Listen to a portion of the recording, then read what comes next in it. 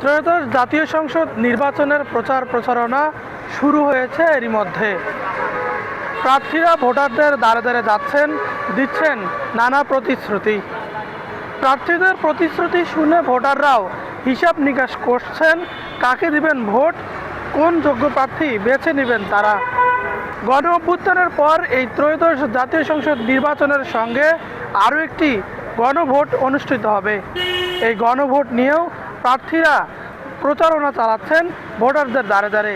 রংপুরের সাধারণ ভোটাররা কি বলছেন সেটি জানাবো আজকের পত্রিকার দর্শকদের। আর এই পুরো আয়োজন জুড়ে আমি আপনাদের সঙ্গে রয়েছি নূর মোহাম্মদ। আমরা চাচ্ছি যে উত্তরবঙ্গের অবহেলিত জনপদ, আমরা চাচ্ছি যে এই অবহেলিত থেকে যেন আমরা বাইরে আসতে পারি।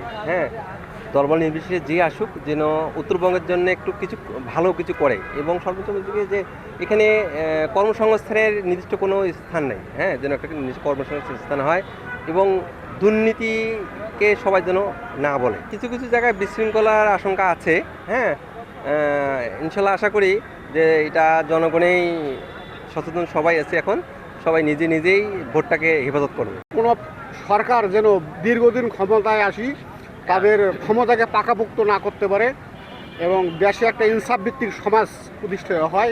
হ্যাঁ ভোটের পক্ষে যদি সবাই রায় দেয় তাহলে গণতান্ত্রিক সেটা ফিরে আসবে এবং নতুন ভোটাররা তাদের প্রার্থীকে স্বাচ্ছন্দ্যভাবে ভোট দিতে পারবে। নতুন একটি বাংলাদেশ গঠন হবে যেখানে মানুষের মত দ্বিমত তাদের স্বাধীনতাটা পাবে। যে প্রার্থী হোক না কেন নির্বাচিত, সে যেন জনসাধারণের কথা চিন্তা করে এবং তাদেরকে নিয়ে কাজ করে, দেশের উন্নয়ন করে, সাধারণ মানুষের দেখভাল করে, এটাই তাদের কাছে প্রত্যাশা থাকে। ব্যবসায়িক দিক দিয়ে একটু ভালো করে, তারপরে দেশের অবস্থা যেন ভালো থাকে, আগের মতন যেন না হয়।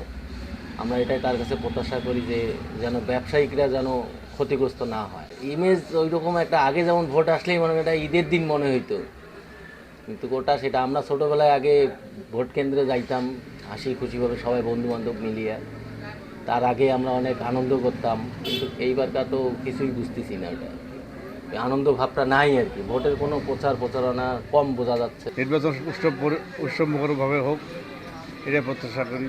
ভালো দল ক্ষমতায় আসুক, তারা রংপুরে উন্নয়ন করবে, এই ধরনের সরকার আসুক, এই ধরনের প্রার্থী নির্বাচিত হোক।